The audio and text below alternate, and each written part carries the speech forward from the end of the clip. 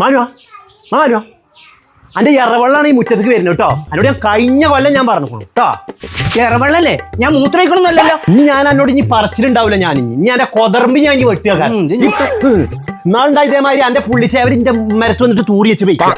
ഞാൻ അന്ന് എന്റെ അടുത്ത് വരണം എഴുതിയായിരുന്നു. ഇവരിന്റെ പാത്തുമ്മ എന്നത് കോഴിയത്. എങ്ങനെയാണ് വരാണ്ടിക്ക? എന്റെ പെട്ടക്കോനെ കൊണ്ടിട്ട് ആരും ആർത്ത് തിന്നെ എന്നിട്ട് പോയി അങ്ങോട്ട് വരില്ല.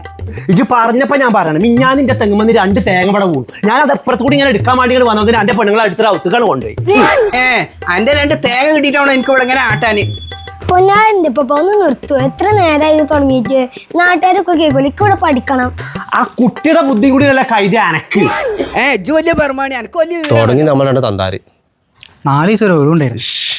എന്നാ ശരിടാ. അല്ലപ്പ എന്താ ഇന്നത്തെ പ്രശ്നം? പൊന്നാരന്റെ കുഞ്ഞുട്ടിയെ ഒരു മഴയാണ് ചാറിയ ഓന്റെ ഇറവെള്ളം നമ്മളെ മുറ്റത്താടാ.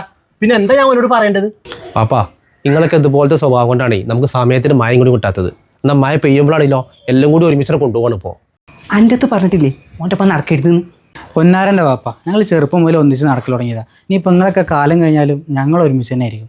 എത്ര കാലമായി ഞങ്ങൾക്ക് രണ്ടാൾക്കും പെണ്ണ് തുടങ്ങിയിട്ട്? എന്തൊരു പെണ്ണ് ശരിയാവാത്തത്? നിങ്ങൾ രണ്ടാളും ഈ സ്വഭാവം കൊണ്ടാണ്. ഇത് നാട്ടിൽ മുഴുവൻ പാട്ടാണ്.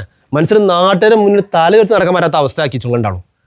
ചിങ്ങോടൊക്കെ പറയാനുള്ളതേ, മരിച്ചു പോയാലേ മയ്യത്തിങ്ങോട്ടിൽ പിടിച്ചിട്ടുള്ള ആൾക്കാരെ നമ്മളൊക്കെ ഇങ്ങനെ ബലപ്പെടുത്തൊന്നും ചെയ്യരുത്. നിങ്ങൾ കണ്ടിലപ്പെടുത്ത് കേരളത്തിൽ സ്ഥലത്ത് നടന്ന സംഭവം, അയൽവാസി വൈകുന്നേരം ഒരു ഇഞ്ച് കൊടുക്കാത്തതിൻ്റെ പേരിൽ ഒരു മയ്യത്ത് കൊണ്ടുപോയത് വരമ്പത്ത് കൂടെ കൊണ്ടുപോയത്. ഇതൊക്കെ കെട്ടിപ്പിടിച്ചെന്നതിന് എന്ത് കാര്യം? നിങ്ങളൊന്ന് പറഞ്ഞൊരു കാര്യമില്ല.